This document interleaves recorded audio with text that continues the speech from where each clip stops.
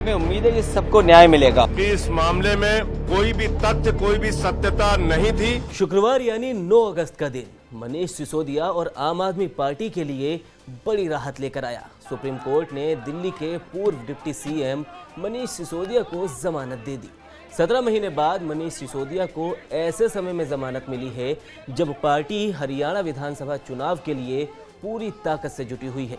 TMC सांसद शत्रुघ्न सिन्हा ने इसे डिवाइन जस्टिस बताया। समाजवादी पार्टी प्रमुख अखिलेश यादव ने जल्द ही अरविंद केजरीवाल के भी रिहा होने की उम्मीद जताई। बड़ी खुशी की बात है। मैं कहूंगा इसको बहुत देर कर दी, लेकिन ये डिवाइन जस्टिस हुआ। बहुत अच्छा लगा। दुनिया चाह रही थी, दुनिया मना रही थी, दुनिया की प्रार्थनाएं दुआएं उनके साथ थी। लगा कि उनके साथ बहुत जुल्म और ज्यादती हुई, लेकिन अब उम्मीद है कि जल्द से जल्द सत्येंद्र जैन को भी और खासकर सबके सर्वदल प्रिय देश का इतना बड़ा नेता केजरीवाल, जिसके प्रति लोगों को बहुत चाह है, आदर है, मान है, सम्मान है, ऐसे केजरीवाल जी को भी जल्द से जल्द ऐसे ही डिवाइन जस्टिस मिलेगा।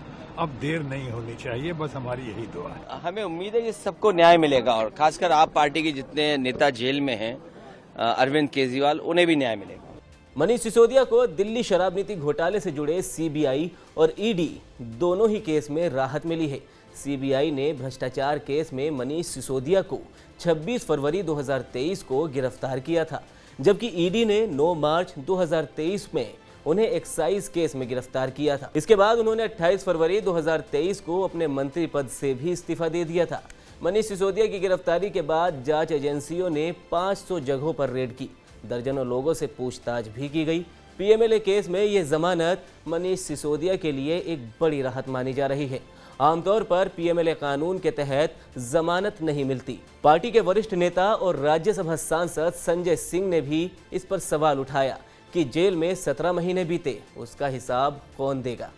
सत्य की जीत हुई है और मैंने जैसा पहले से कहा कि इस मामले में कोई भी तथ्य कोई भी सत्यता नहीं थी।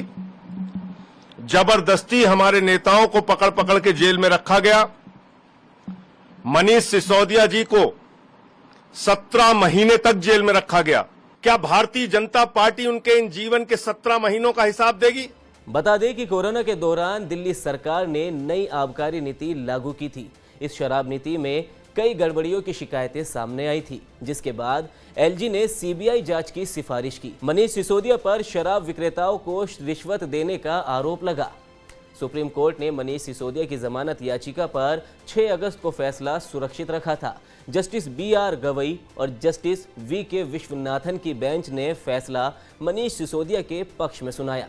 सुप्रीम कोर्ट ने कहा कि मनीष सिसोदिया को लंबे समय से जेल में रखा गया है। बिना सजा के किसी को इतने लंबे समय तक जेल में नहीं रखा जा सकता। 17 महीने तक जेल में रखा गया। क्या भारतीय जनता पार्टी उनके इन जीवन के 17 महीनों का हिसाब देगी, जो शायद दिल्ली के स्कूलों को बनाने में काम आता, बच्चों को अच्छी शिक्षा देने में काम आता?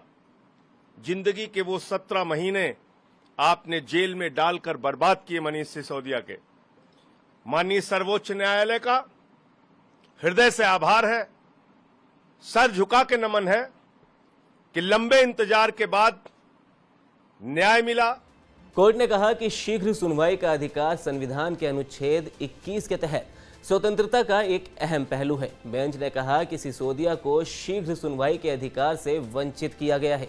कोर्ट ने कहा कि जमानत को सजा के तौर पर नहीं रोका जा सकता और निचली अदालतों को यह समझने का समय आ गया है कि जेल नहीं, जमानत ही नियम है।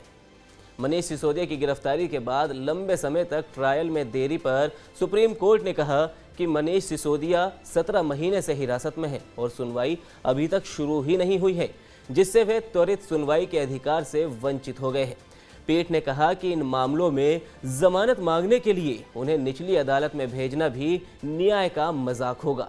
जब तक कोई ट्रायल नहीं चल रहा है और किसी को कोई साजिश नहीं दी है अदालत ने, तो क्यों बेल नहीं देते, मुझे समझ में नहीं आ रहा। सुप्रीम कोर्ट ने जांच एजेंसियों को कड़ी फटकार लगाते हुए कहा कि मनीष सिसोदिया ने 17 महीने जेल में काटे हैं, लेकिन ट्रायल में देरी होना अन्याय है।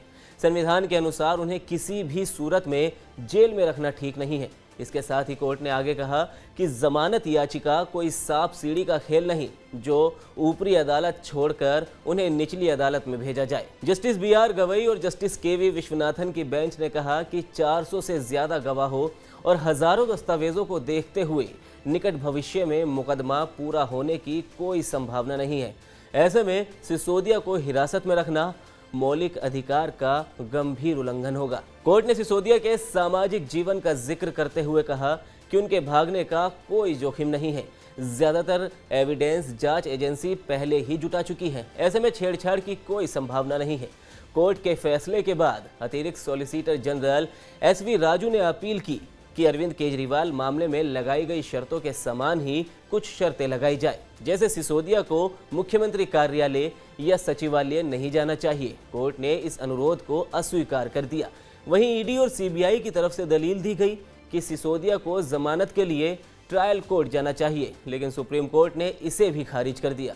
कोर्ट ने कहा कि ट्रायल में देरी सही नहीं है।